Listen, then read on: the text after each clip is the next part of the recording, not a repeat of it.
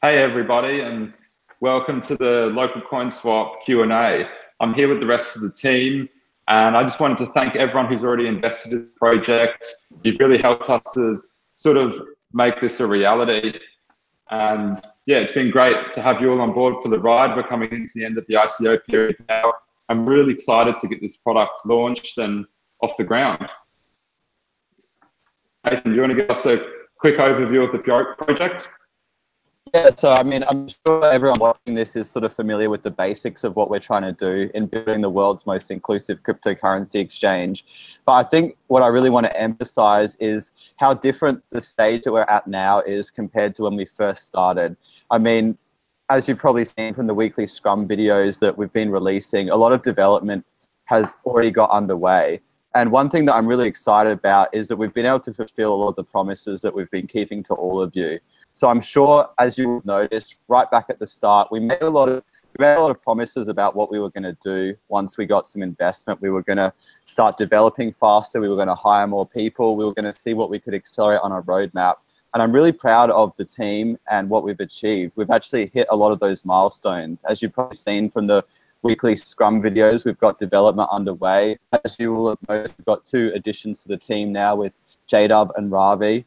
And yeah, I think, and not to mention, of course, the crypto shareholder vote, which we've held in advance as well. So I guess I can't thank you all enough for making that possible.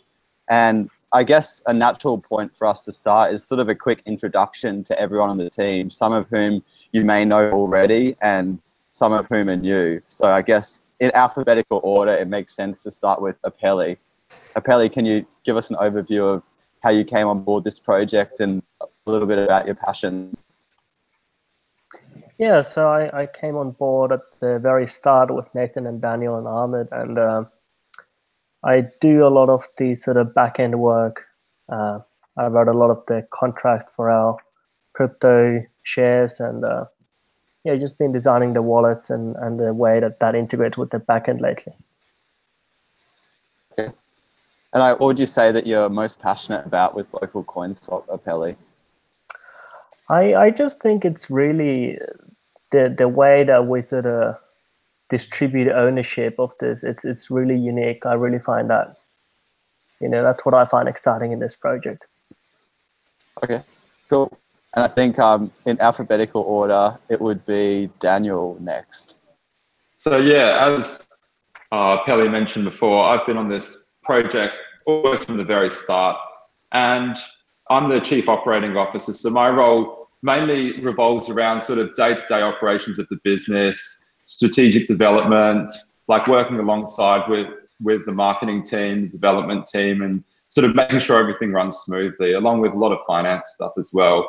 The thing that excites me the most about this project would have to be just solving the biggest issues that we have in exchanges today. Like myself and many of the other members of the team have been trading on various exchanges and various cryptocurrencies for a long time, like from the early days of cryptocurrency. And we're really just getting sick of all of these problems we see with exchanges, like exchanges getting hacked, people's money getting taken off them, and having all these bubbles withdrawing from exchanges, just like all the monopolies having so much control over the market. So I think what excites me the most is really just like having another choice in the market, being able to take some ownership and really being able to solve some of these problems.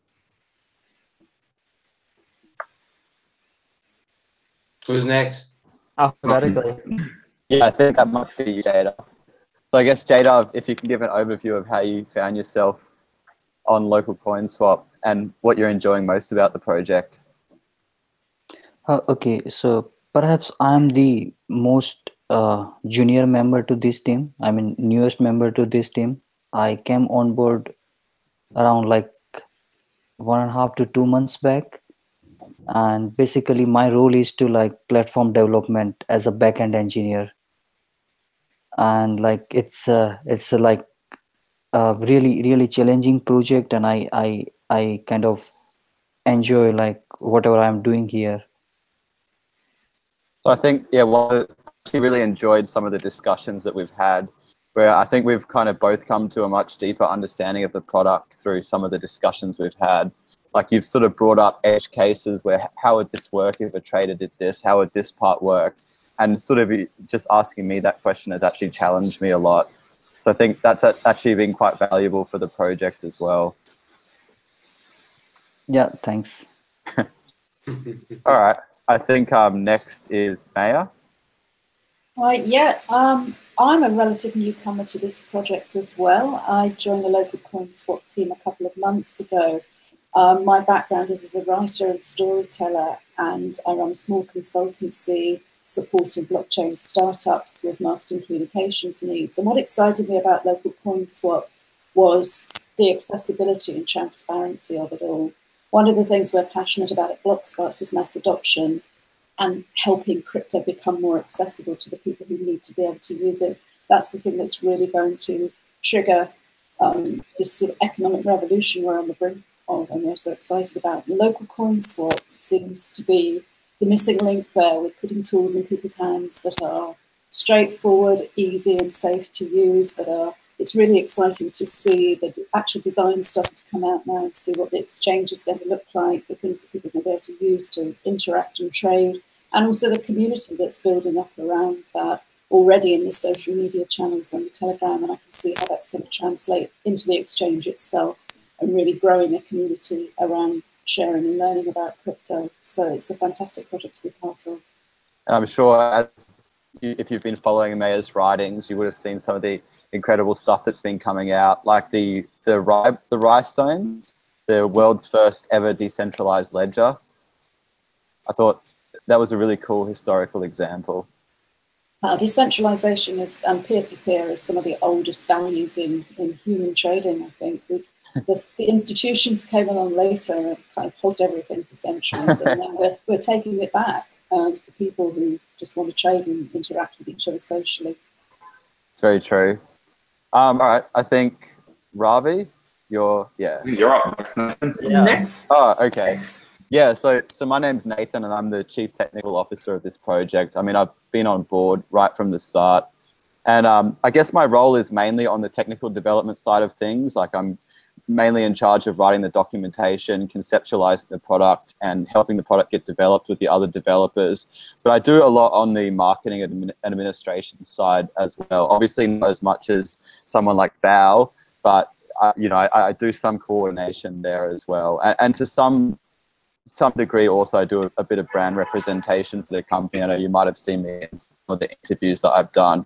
But I guess what I'm most passionate about with this project is just the chance to actually make a meaningful change in the cryptocurrency markets. I mean, like being a participant in markets for a long time, I've just been very frustrated in a lot of the things that cryptocurrency promises as a potential to be able to do. It's just sort of not doing at the moment. And I hope that with what we're doing, we can sort of show that there's a viability of a different business model, that you can get a decentralized enterprise right to the point where you're actually decentralizing the profits and the decision making, and you can make it work, and you can make it a viable alternative to what's out there at the moment.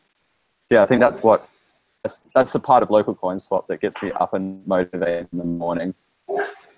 So I think, yeah, Ravi, can you tell us a little bit about yourself and how you came to be part of this team? Sure. Hi, everybody. I'm Ravi. I joined about 3-4 months ago. I guess it was mid-March when I came in contact with Nathan, and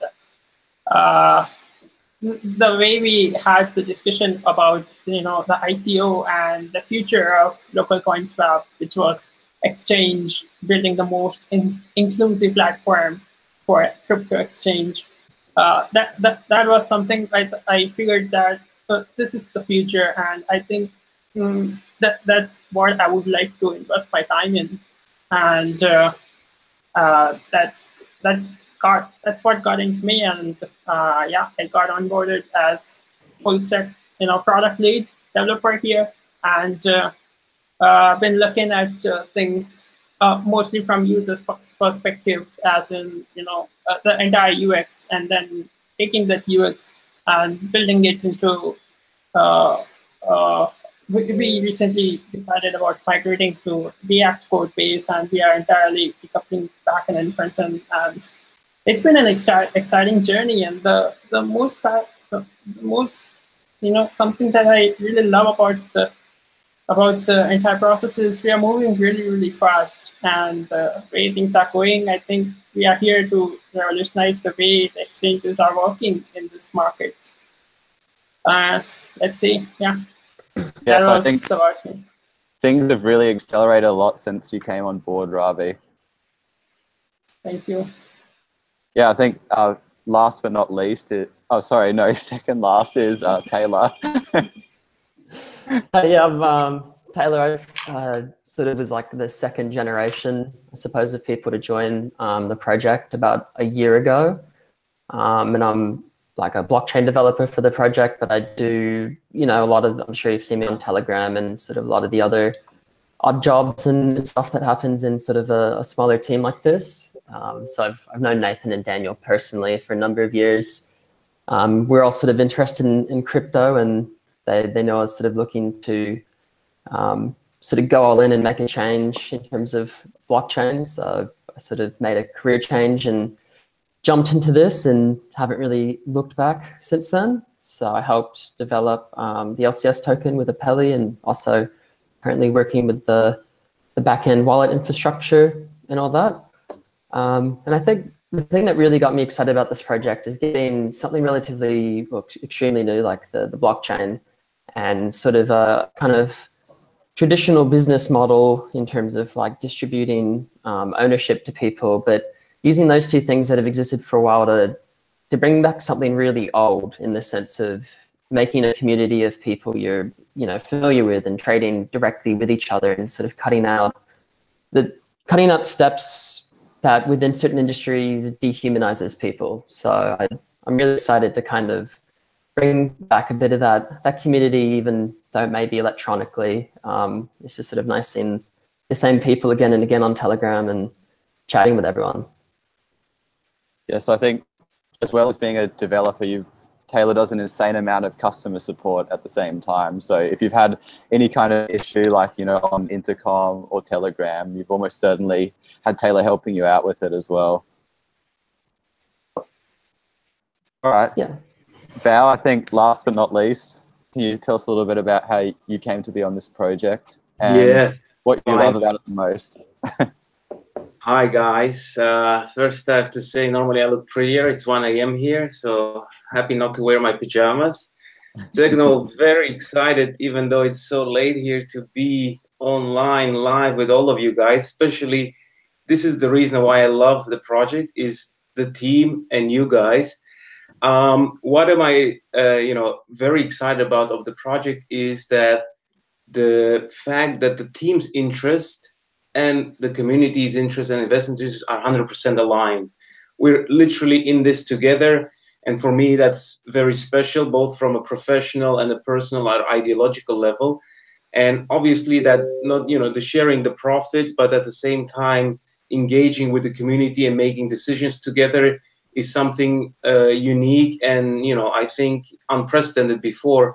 Another thing, we hear a lot of wonderful projects in the blockchain sphere, but I think, applying the redistribution of profits through the blockchain in a transparent, fair, and efficient manner is something that I'm really excited about. It's a no-nonsense approach and a real-world application of how the blockchain can and maybe should be used.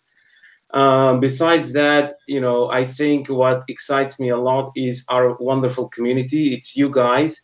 And I see there are already some questions there, and we'll get to that very, very soon. Love to work with you guys because it's really working together. For example, Big Vin and his fantastic photo competition. Every time I open my Telegram or Instagram, I see these amazing pictures, and I'm like, whoa, these people from all over the world basically believe in the project, are in this with us. And I'm really, really looking forward to kind of make this project great together. And we're only getting started, right? Only a few days left for the ICO, but many more wonderful, cool days ahead. I hope you guys know that I talk a lot when, I hope you saw some other videos, so I'm gonna keep it short. It's also already getting late here. So maybe we can delve into some questions, Nathan, unless you had a more structured approach. Sure. I think, a natural place to start is from the start. So The first question by Joe the Meat Man is, what is the time frame on actual release on CCM? Not sure what he means. Oh, CoinMarketCap.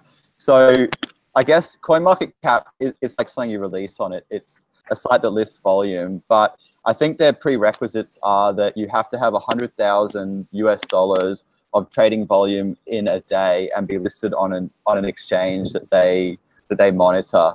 So I guess I can't give you an exact time frame for being listed on CoinMarketCap, but it'll basically be as soon as the coin is actually listed on an exchange where it does over $100,000 in volume in a day.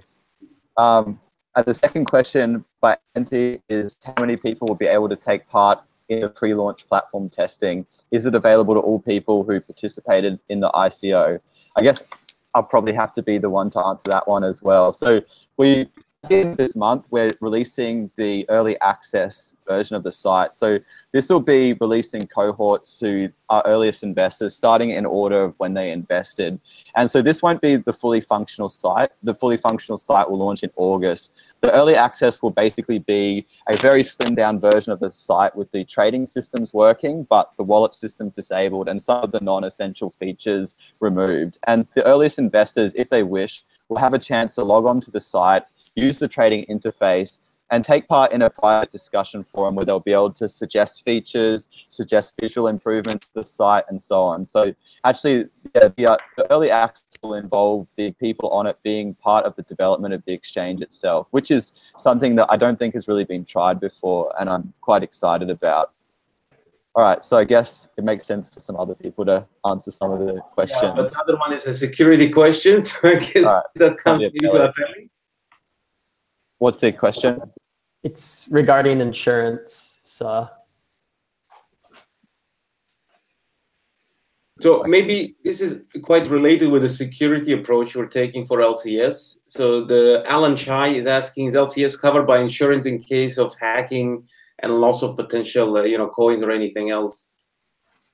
Okay, so I guess like one of the things that we're doing to minimize the risk of hacking is keeping a large segment of site's funds in cold wallets. So the only funds that will ever be exposed to hackers is 5% of the funds maximum at any one time, which is situated in the site's hot wallets. But I guess I'll let Apelli delve into some of the security measures that we're taking to protect user funds during operation of the site. Apelli? Oh, you're on mute, Apelli. Sorry about that, guys. Yeah, so we're employing sort of a tied hierarchical setup to secure our wallet. So it's sort of there's a layer of sort of added security at every point, and the hot wallets are like at the core. You have to like get through many layers of authentication and security in order to actually get into that, which is essentially impossible with our setup. And we're also incorporating a bunch of security hardware and secure elements inside these layers to make it even harder. So you essentially cannot get access to those private keys.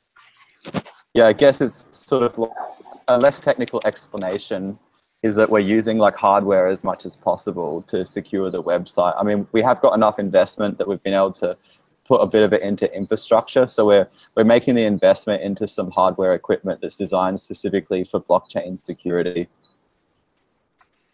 So to make that a bit more clear for some people, it will result in like in order to access those private keys, they will have to somehow physically find the location of that hardware and then bypass a whole bunch of security measures. And even at that point, if they tamper with the hardware, it will wipe everything. So it's one of the most secure ways that you can do this sort of stuff.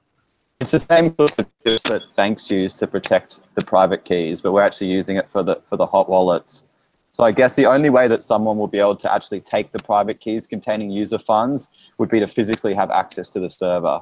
And so the best that a hacker would be able to do, I mean, obviously nothing is completely hack-proof, you can never guarantee that. But at the very least, we'll ensure that a hacker will never be able to obtain the private keys containing the hot wallet. The best they'll be able to do is try and trick us somehow into releasing the money.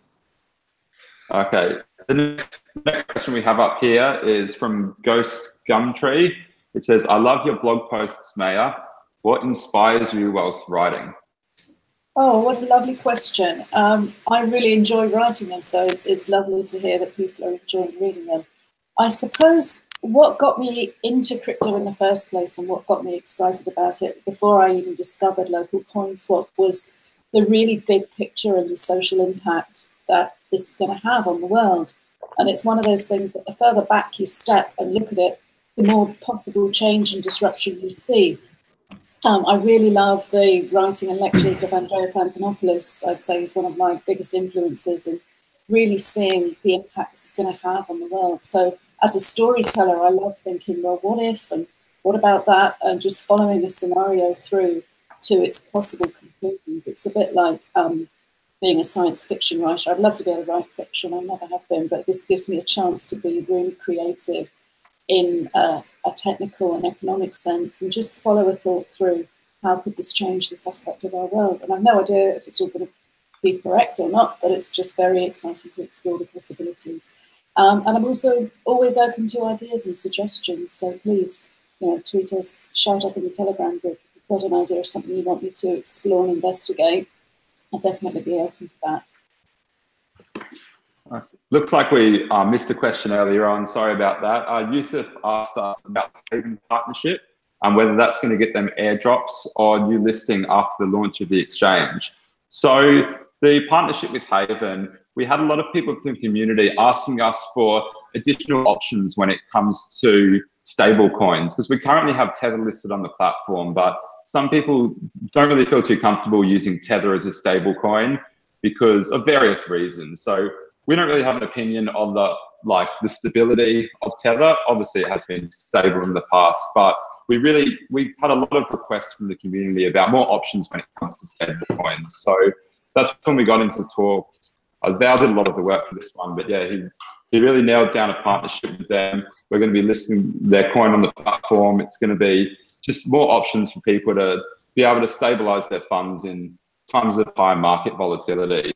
But due to the fact that this partnership occurred before the actual launch of the platforms, there won't be any airdrops for the community members of Haven coins. But any ICOs that launch on the platform following when the platform goes live in August, one of the conditions of them launching on the platform is going to be that they have to perform an airdrop to all crypto shareholders. So yeah, those airdrops are going to begin after platform launch. Maybe if I may add something. So the partnership with Haven, might grow into many more things, but especially it's focused around the venture community fund. Maybe, we can shortly talk about that. So basically 10 million LCS tokens are frozen into a venture community fund. What does that mean? In short, these LCS tokens will also receive crypto dividends as any other LCS address. And those crypto dividends can be spent for the benefit of community as the community decides. This can be for investment into ICOs, investment into initiatives, ideas, basically whatever you guys can come up with. That's not too crazy, of course, but even that we can consider. And since we are in the crypto sphere, one of the main issues in the crypto is the crazy volatility, right? Even last few days, huge dives, and probably, hopefully in a few days, it's gonna rise back up. But in order to make things operationally feasible and also interesting at points, let's say, of high market price, it will be very interesting to have this partnership with Haven where we can quickly lock in value and translate our crypto dividends into a stable coin that are ready for investment or operationable, to put it in operations and use it for value of the community. I think that's something that's going to be very, very interesting down the line. Of course, right now, the hot topics are the platform itself and the trade. But once we'll see the crypto dividends come in, 10% of, or probably more after the token burn, will be a considerable amount to do something with and you guys to get creative. So please get sharp and, already think of amazing ideas to do something with that community fund. Yeah, I guess something I feel is worth adding is that we didn't originally actually plan to look for partnerships when we first started the project. It wasn't something that we weren't open to, but it wasn't on our radar. But we got a lot of emails from members of the community saying that this was something that they felt was quite important for the project. So it was actually something that we listened to feedback from the community and we integrated. So as soon as we started getting that feedback from all of you, we started reaching out to other projects that we felt were credible. I mean, as I'm sure you all know, there's a lot of projects out there you have to be like a little bit wary of. So we looked for projects we thought were credible, and we approached a lot of them looking for partnership opportunities that might be beneficial for our community. So, I mean, this is the first one. I think Haven was the first one that we've closed, and we've got some other ones in the works, which I'm pretty excited about as well. Can I just say a quick hello to Crypto Mentor 99? It's weird for me to be on YouTube now and then for him to be watching the video. Watching so many videos. The world is reversed. Hello, Crypto Mentor 99. Yeah, Crypto Mentor 99. We really love your videos. Please don't stop posting them. I watch every single one as soon as you put them out. So, guys, there are a few people in Telegram who ask questions there. I don't know, for some reason they say either they cannot post it on YouTube, so maybe I can quickly go through them. One is from Boy Miner. He had some concern about security and some exchanges that were prone to hacking. I think most of that was covered before discussing, you know, the security component and the cold wallet storage. And Boy Miner, if you missed that, I'm 99% confident this is all being recorded, so you can rewatch everything shortly after. And even if you have questions after that, feel free to ask us in Telegram or, you know, in the comment sections of the video. And then Dave, let's not avoid some difficult question. Dave asked, Val, question, SEC has recently asked all ICOs to come talk to them, register. Any thoughts on doing so? Maybe I'll give the most of this to Daniel or Nathan, but I think that it's important to know that LocalCoinSwap is a Hong Kong-based company and abides by those laws. And, you know, internationally speaking, it will be much more clear later what the relationship with SEC will be like and how we should approach that. Please correct me if I'm wrong, Nathan.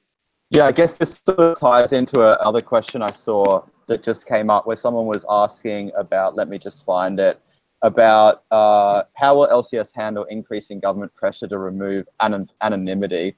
I guess like this, just to answer sort of both of those questions at once, is that whatever we do for LocalCoinSwap, we'll always be taking an approach where it's community first. So like obviously as a company, we will always stay in compliance with the country of our incorporation, and we always look as much as possible to extend into as many jurisdictions as possible to serve our community. So obviously, like it's a very gray area at the moment. The regulatory structure that LocalCoinSwap was operating under when we first started this project was an entirely different one to which we're operating under now. I mean, there's been a lot of changes that have happened since then, and I'm sure before we launch the platform, there'll be a lot more changes. So at the moment, it's not actually clear what our requirements are going to be, but when it does become more clear, we are going to reach out to, I guess, all of the different institutions that are relevant in all the countries that we wish to operate in and see like how we can stay in compliance within each jurisdiction. So we're not 100% sure what the requirements will be, but it is something that is important for us to research and find out before we launch. But I think I just want to emphasize that no matter what we're doing, the decisions that we make will always be ones that we feel are in the best interests of the community. So, I mean, if we get some kind of request that, you know, is asking us to say, you know, turn over private details of our customers or, you know, de-encrypt the messages that you are all sending to each other, I mean, it's something that we wouldn't do like behind your back. Like we wouldn't, you know, the community will always come first in those, when those kinds of questions come up. I guess, Daniel, did you have something you wanted to add to that? Yeah, I think another thing to keep in mind is a lot of these like relevant laws and legislations are quite different depending on the platforms you're looking at. Like most of the time when you're looking at these sort of government pressure to remove anonymity, it's a lot of these platforms are dealing with fiat currency, and laws with fiat currency are quite different. Obviously, the line's getting a bit more blurred than it has been over the last 6 months or so. But one thing to keep in mind is that LocalCoinSwap itself, we're not actually dealing with any fiat currency. We're really operating an escrow service that allows people to trade directly with each other. So this really helps when it comes to like laws about anonymity and things like that. And it also helps us to be able to save on costs of like reaching out and opening up in new jurisdictions, because it would just cost a lot of money to be able to sort of hire a lawyer in every single country in the world, try to open a bank account in every country of the world and things like that if you're a centralized exchange. Whereas as an escrow service, it can be up to the people in those jurisdictions to be following different legislation depending on where they're trading themselves. So if someone's trading in Russia and someone else is trading in Australia and they're only trading the people from their own country, the laws for each of those traders might be very different from one another. So it wouldn't really be fair to like make a one-size-fits-all rule book that could be really restrictive to people in certain jurisdictions.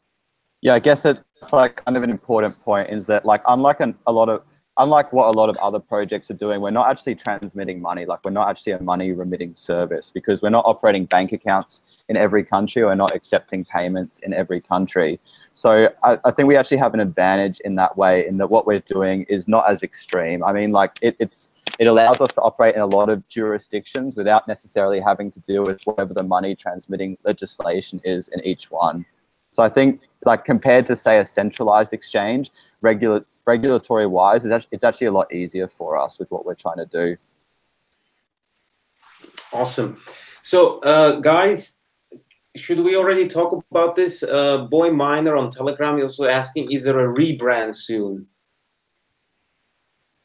Aesthetically speaking, like is there a rebrand? Yeah, well, actually, yeah, like I guess we did one of the things I guess which could have been improved on in what we've been doing is that there hasn't been as much conformity as I would have liked between some of the graphical elements of what we've been doing. I mean, you may have noticed there's been sort of slightly different color schemes, say in some of the banner ads we've put out compared to the theme on the website and so on. So yes, actually that is something that we're going to address as soon as the ICO is over. We're going to get a creative agency to have a look at everything that we're putting out, I mean, banners, videos, graphics, the design on the website. And we're going to come up with a scheme where it's basically a brand that is consistent across everything. Awesome.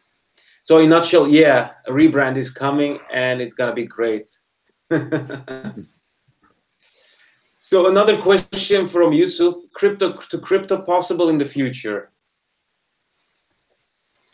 Yeah, I guess this is another one I have to answer. Yes, actually this wasn't initially something that we planned to implement when we started the project, but I mean, it's just been so popular with the community. It's just been requested over and over again. But yes, that is something that we are going to implement as soon as possible because we know that it's very important for the community. And also, I think we missed out on Auntie's question. Will there be any community voting happening anytime soon? Daniel, did you want to answer one? So yeah, like, as I'm sure many of you already know, we already had our first community vote months ahead of schedule because that was when we were seeing a big dive in the price of Ethereum, and we wanted the community to decide whether we should be able to maintain the potential hard cap of the project.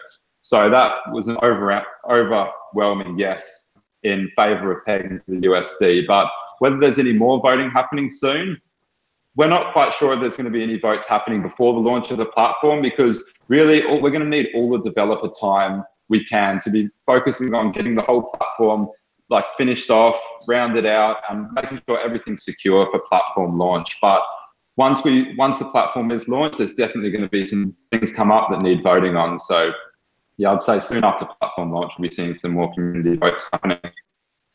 And just to add to that, I'm not sure how many people participated in the first community vote, but with the future community votes, we want to make that a lot more of an integrated process with the actual platform itself, to make it a lot more user-friendly and have a lot of cool features like a live update of the exact voting results and everything for everyone. So we'd like to get that in place. Just obviously with the first community vote we did, we were sort of under a bit of a time pressure to get it out quickly for you guys to make a decision regarding the markets, but in the future it'll be a lot more user-friendly and we'll have to put that infrastructure in place. Well, we're currently doing that.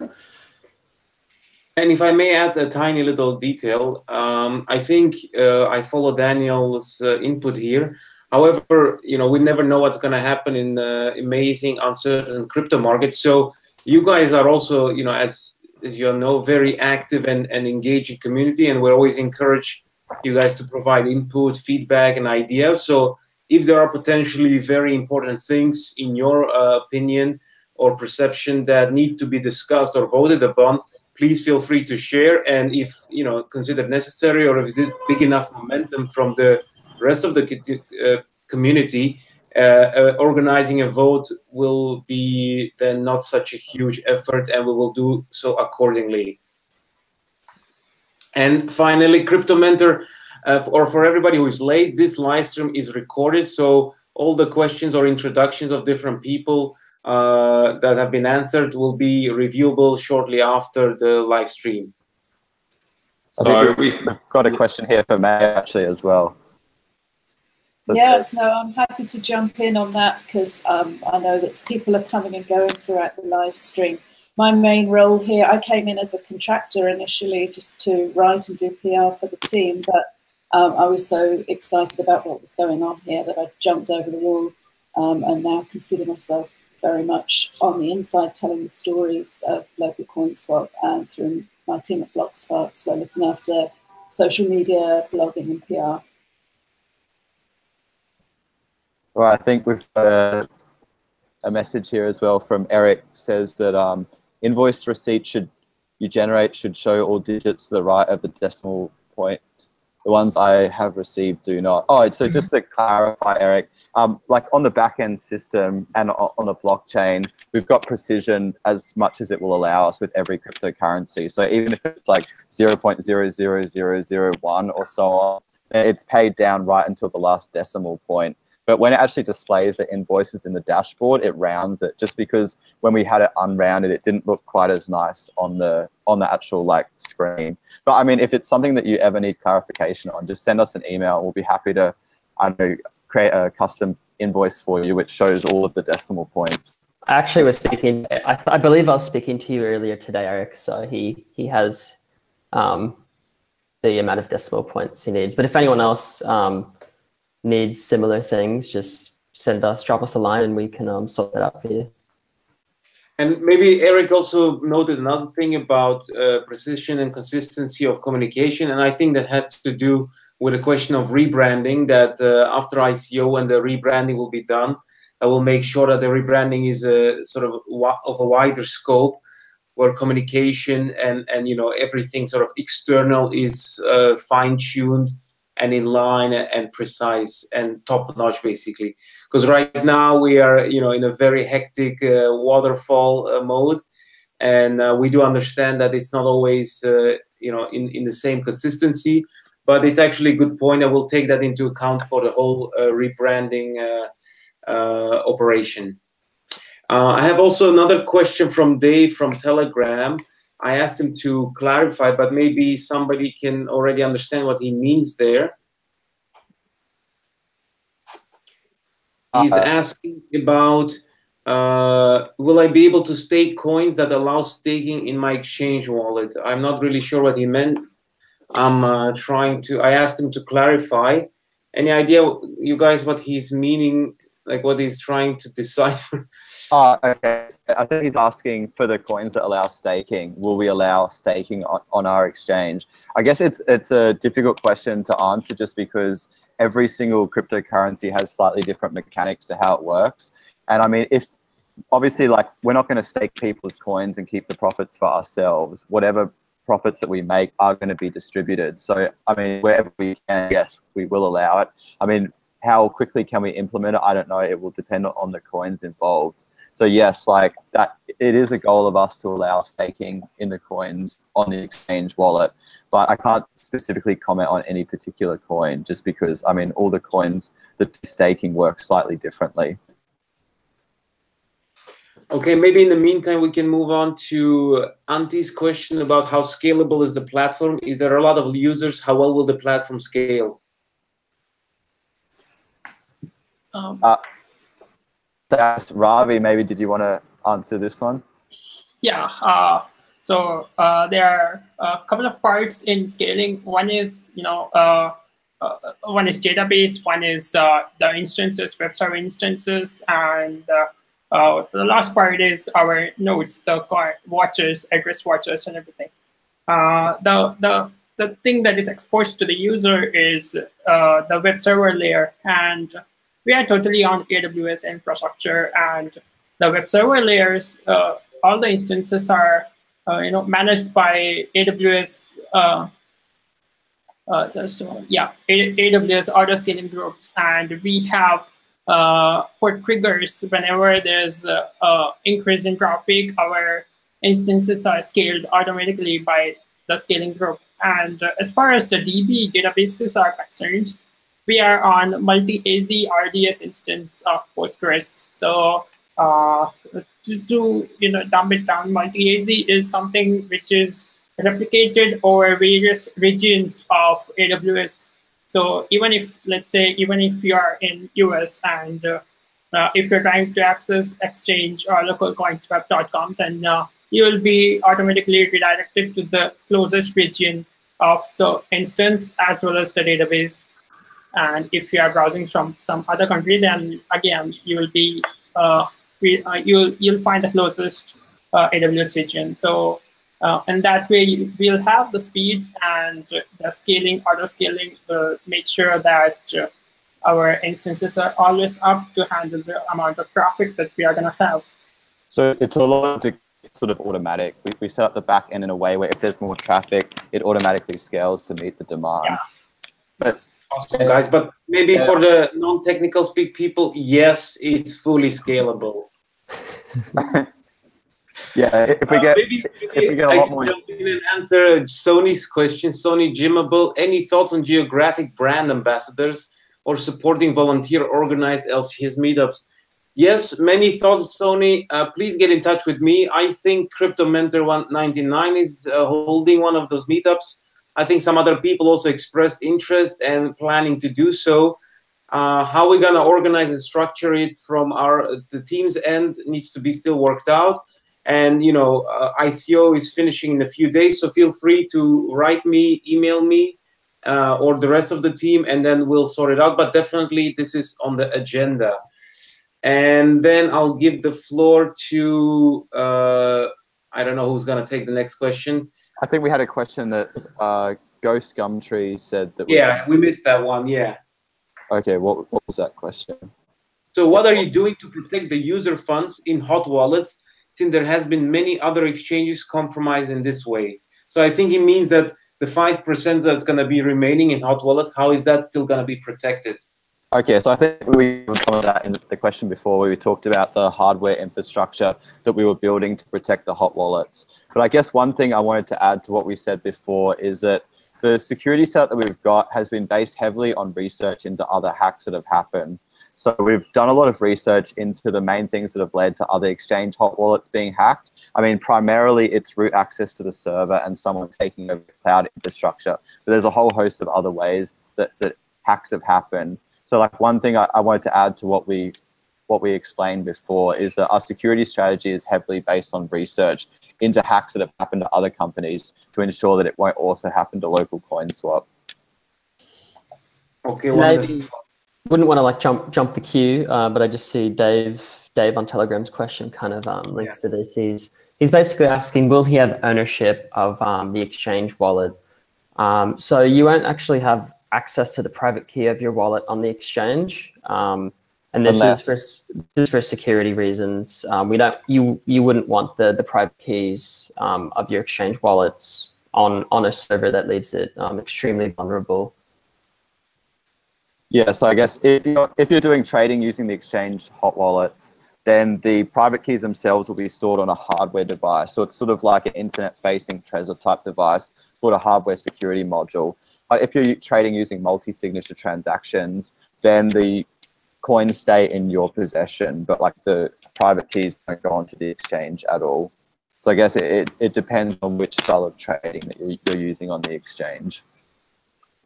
And there was another question here from Yusuf. After the ICO ends, is it possible to get all invoices merging into one?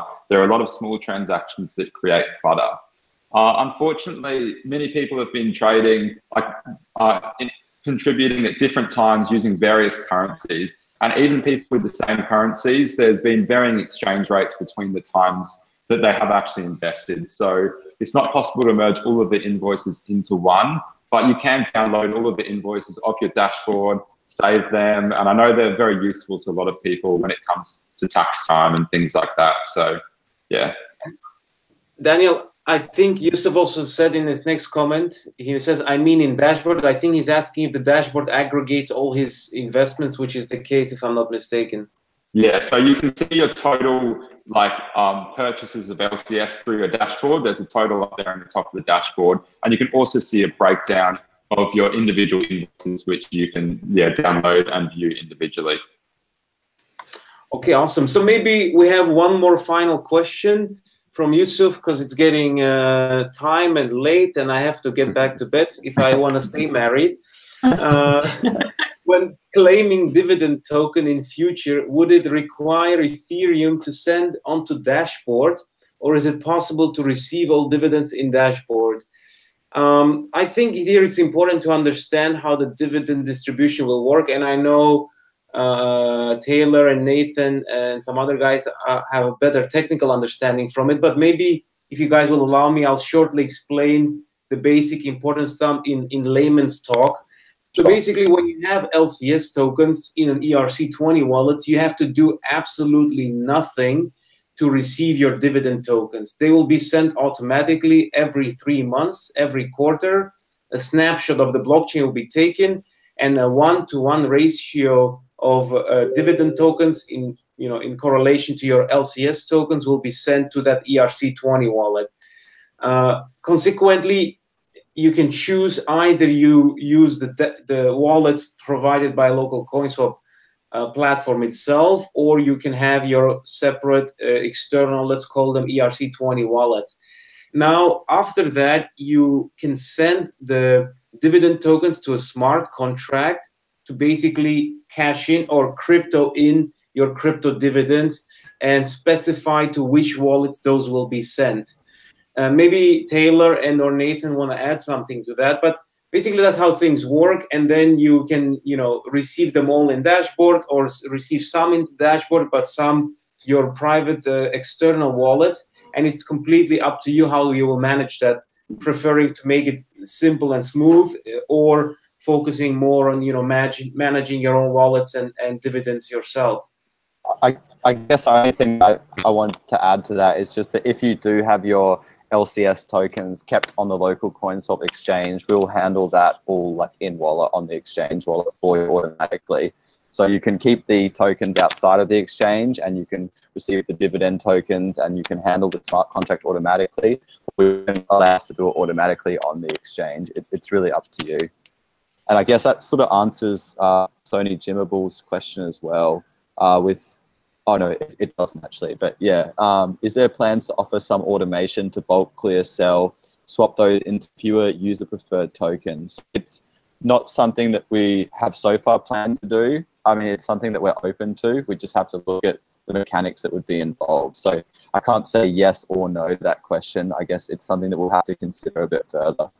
Well, just to elaborate on Yusuf's question, when you have your dividend tokens and you're claiming them for all the various coins that allots you to, what you're actually doing with that is you're interacting with the smart contract that we've deployed to the network, and that does require a tiny bit of Ethereum, as with anything you do on the Ethereum blockchain. But this will be like a negligible amount, just like a few cents, and this can either be done on the platform, or if you don't want to interact with the platform at all, you can just interact directly with the contract using MyEtherWallet, or if you're really into your programming, you could do it directly by Web3 calls or something like that if you want. There's no obligation to go through our platform, but we'll make it as easy as possible with our dashboard of sorts.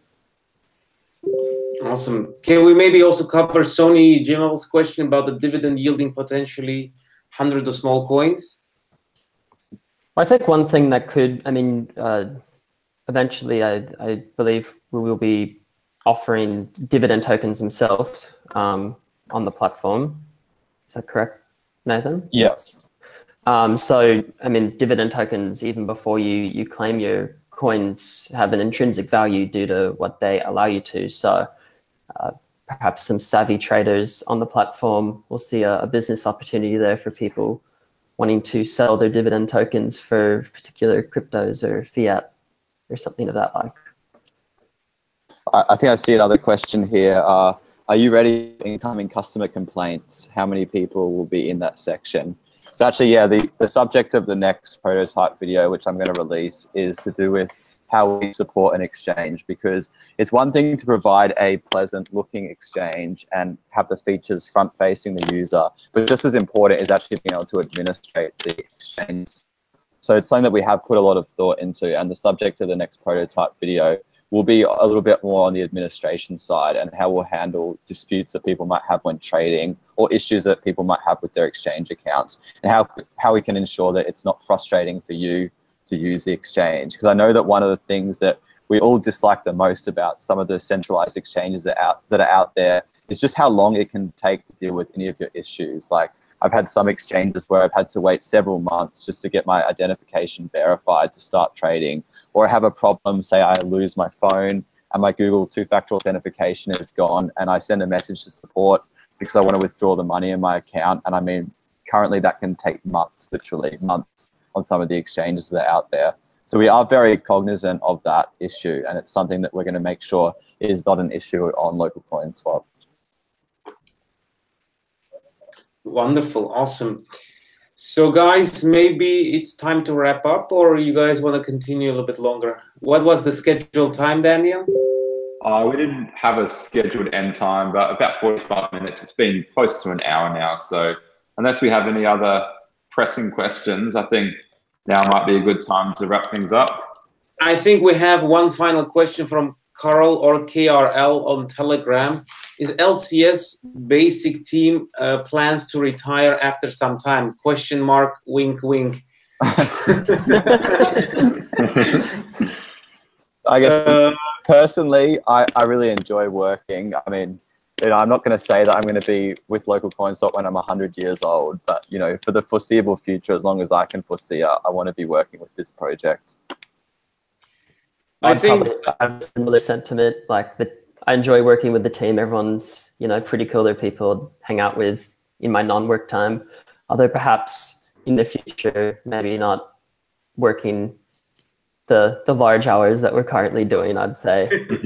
Doing an ICO is increase the amount of coffee I drink on a daily basis. That's yeah, I think I also can second that, or be the third one to add. I think the enjoyment or the dream is not to have to work for money, but really work for pleasure and provide more value both for the community and ourselves. Because from personal experience, I noticed I'm much more productive and have more fun when there is not this sort of heavy pressure on things. So I think you shouldn't worry about him retiring anytime soon. If anything, it will be even more you know, motivated and incentivized to work harder, because it's, you know, it's getting really more and more fun as we get along with the every day, week, month. And you guys are an important part of it. You guys keep us not only sharp, but really happy and incentivized. So yeah, thanks for that, guys, and thanks for the support. Yeah, we're in this for the long run. I think that's what I'm trying to say happily. All right. I think that seems like there's no more questions, so it seems like a natural place to stop the live stream. So I guess I'd like to just thank everyone who's watching, and thank you for giving us your time and your support. And I hope we've made you proud with what we've achieved so far, and that we can continue to do so into the future. I think we're all aware that the ICO has been a long journey, but the real journey has just begun. Great. Thanks a lot, guys. If you have any other questions, you know where to find us, I'm sure. Telegram, Facebook, YouTube. Yeah, I think that's a very important point. Thanks, Taylor. So guys, feel free to shoot any questions anytime. You know, it's hard not to find us, I think. And yeah, it's always a pleasure to interact, and looking forward to more.